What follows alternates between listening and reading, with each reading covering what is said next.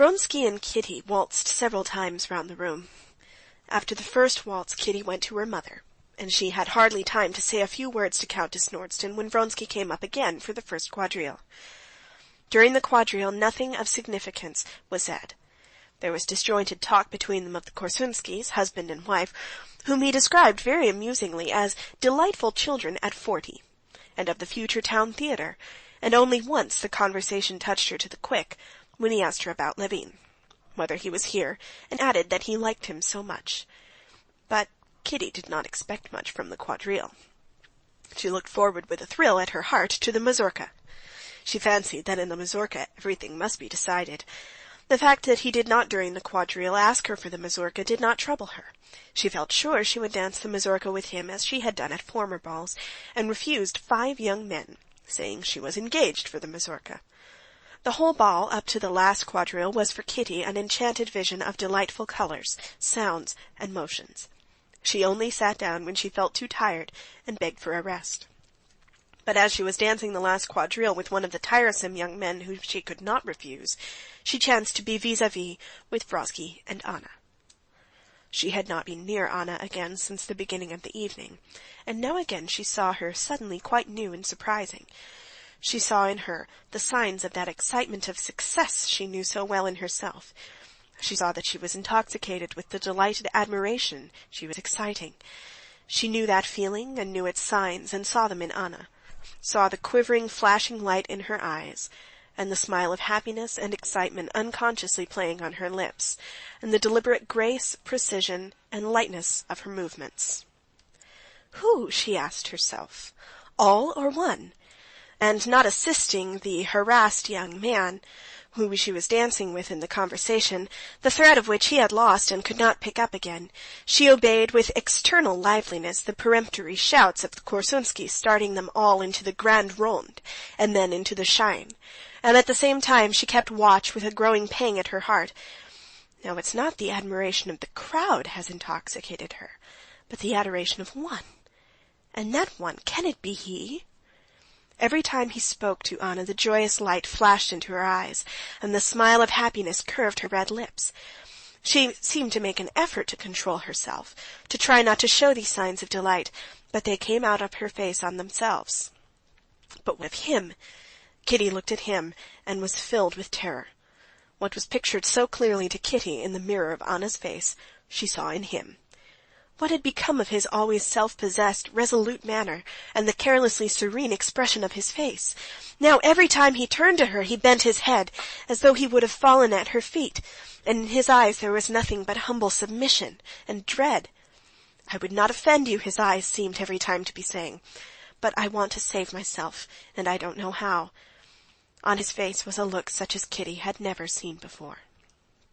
They were speaking of common acquaintances, keeping up the most trivial conversation, but to Kitty it seemed that every word they said was determining their fate and hers, and strange it was that they were actually talking of how absurd Ivan Ivanovitch was with his French, and how the Iletsky girl might have made a better match, yet these words had all the while consequence for them, and they were feeling just as Kitty did. The whole ball, the whole world, everything seemed lost in fog in Kitty's soul. Nothing but the stern discipline of her bringing up supported her, and forced her to do what was expected of her, that is, to dance, to answer questions, even to smile. But before the mazurka, when they were beginning to rearrange the chairs and a few couples moved out of the smaller rooms into the big room, a moment of despair and horror came for Kitty. She had refused 5 partners, and now she was not dancing the mazurka.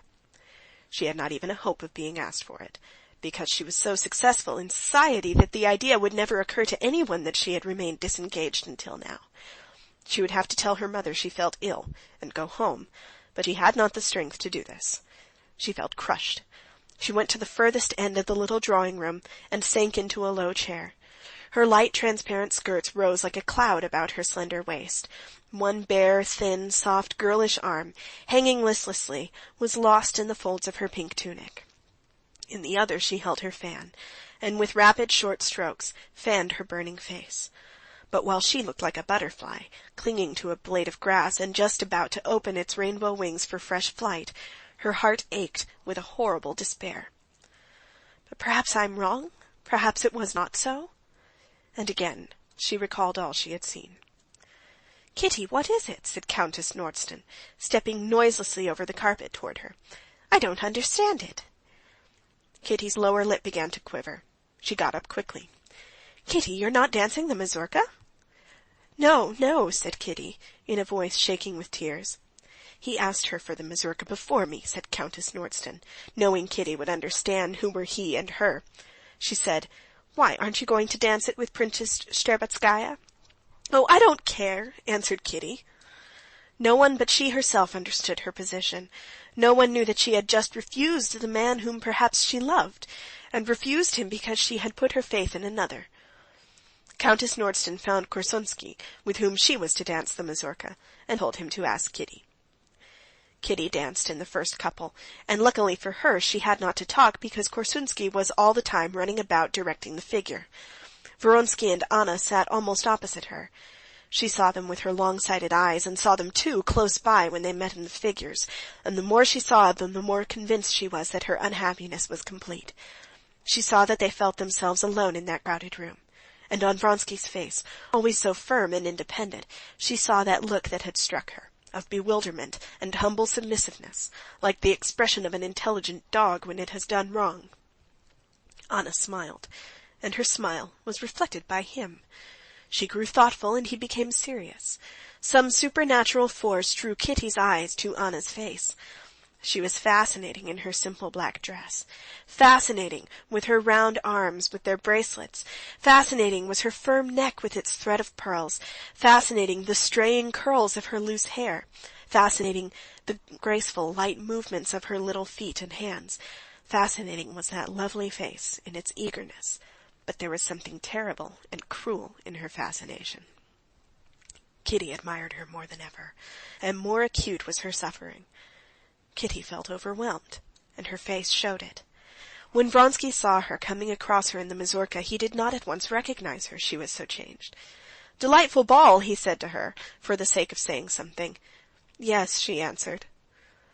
In the middle of the mazurka, repeating a complicated figure, newly invented by Korsunsky, Anna came forward into the center of the circle, chose 2 gentlemen, and summoned a lady, and Kitty. Kitty gazed at her in dismay as she went up. Anna looked at her with drooping eyelids and smiled, pressing her hand. But noticing that Kitty only responded to her smile by a look of despair and amazement, she turned away from her, and began gaily talking to the other lady. "There is something uncanny, devilish, and fascinating in her," Kitty said to herself. Anna did not mean to stay to supper, but the master of the house began to press her to do so. "Nonsense, Anna Arkadyevna," said Korsunsky, drawing her bare arm under the sleeve of his dress coat. "I've such an idea for a cotillion. Un bijou." And he moved gradually on, trying to draw her along with him. Their host smiled approvingly. "No, I'm not going to stay," answered Anna, smiling, but in spite of her smile, both Korsunsky and the master of the house saw from her resolute tone that she would not stay. "No, why, as it is, I have danced more at your ball in Moscow than I have all the winter in Petersburg," said Anna, looking round at Vronsky, who stood near her. "I must rest a little before my journey." "Are you going tomorrow, then?" asked Vronsky. "Yes, I suppose so," answered Anna, wondering at the boldness of his question.